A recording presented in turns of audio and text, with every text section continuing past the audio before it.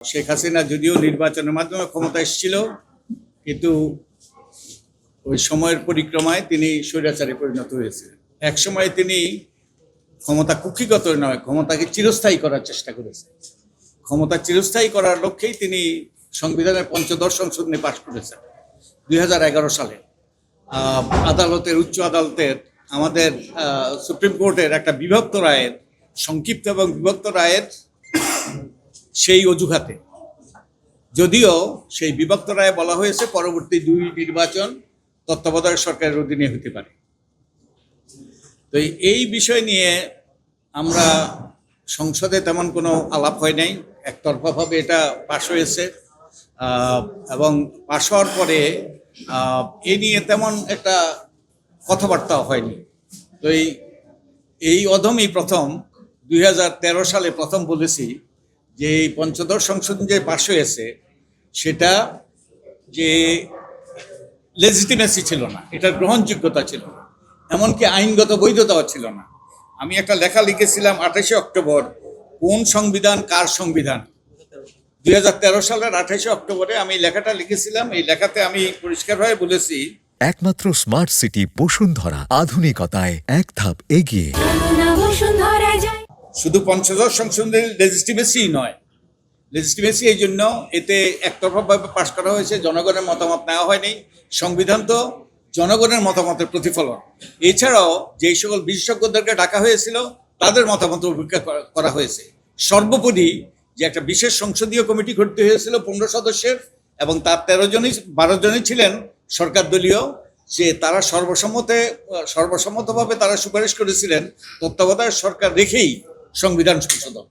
এইসব উপেক্ষা করে পঞ্চদশ সংশোধনী পাশ করা হয়, এবং পঞ্চদশ সংশোধনী পাশ করার মাধ্যমে তত্ত্বাবধায়ক সরকার ব্যবস্থা বিলুপ্ত হয়, যার মাধ্যমে যে ক্ষমতা চিরস্থায়ী করার একটা ব্যবস্থা হয়।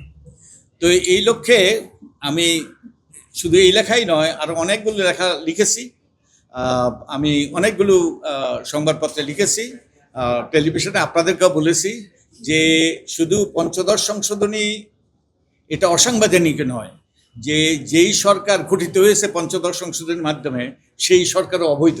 অর্থাৎ এই যে বয়ান যে শেখ হাসিনার সরকার অবৈধ ছিল, এটা এই আপনাদের এই অধমেই প্রথম এটা উপস্থাপন করেছে। এবং তার প্রেক্ষিতে শুধু লেখালেখি নয়, আমি একটা বইও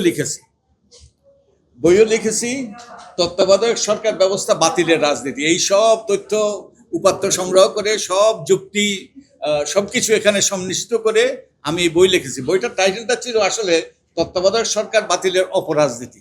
কিন্তু যেই প্রেক্ষাপটে এটা প্রকাশিত হয়েছে 2023 সালে, আপনারা তো জানেন 2023 সালে কি অবস্থা ছিল, তখন অপরাধ শব্দ বাদ দেওয়া হয়েছে, কিন্তু সবকিছুই ভিতরে আছে যে এই পঞ্চদশ সংশোধনটা অবৈধ ছিল, সরকারও অবৈধ ছিল।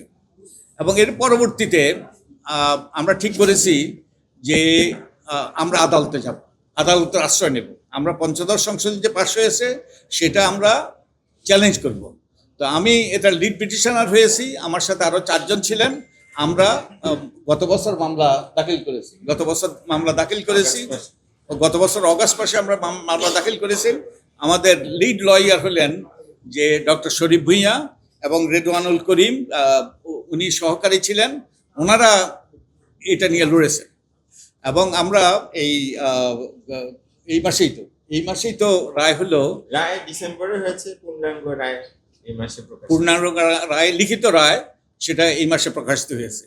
তো আমরা যে তত্ত্বাবধায়ক সরকার ব্যবস্থাটা ফিরিয়ে আনার যেই আকাঙ্ক্ষা নিয়ে যে আমরা রিটটা করেছি, এবং আমরা পঞ্চদশ সংশোধনী অবৈধ এই যুক্তিতে করেছি, এটা আদালত আমাদের সাথে একমত হয়েছে।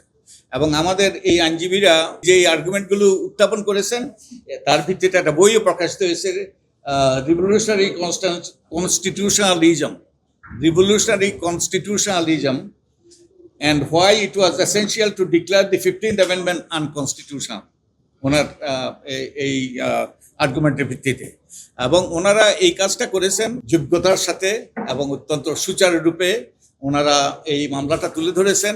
ওনাদের আর্গুমেন্টগুলো ওনারা কনভিনসিংলি ওখানে উত্থাপন করেছেন, যার ফলে আদালত আমাদের সাথে একমত হয়েছে, পঞ্চদশ সংশোধনকে অসাংবিধানিক বলে ঘোষণা করেছে।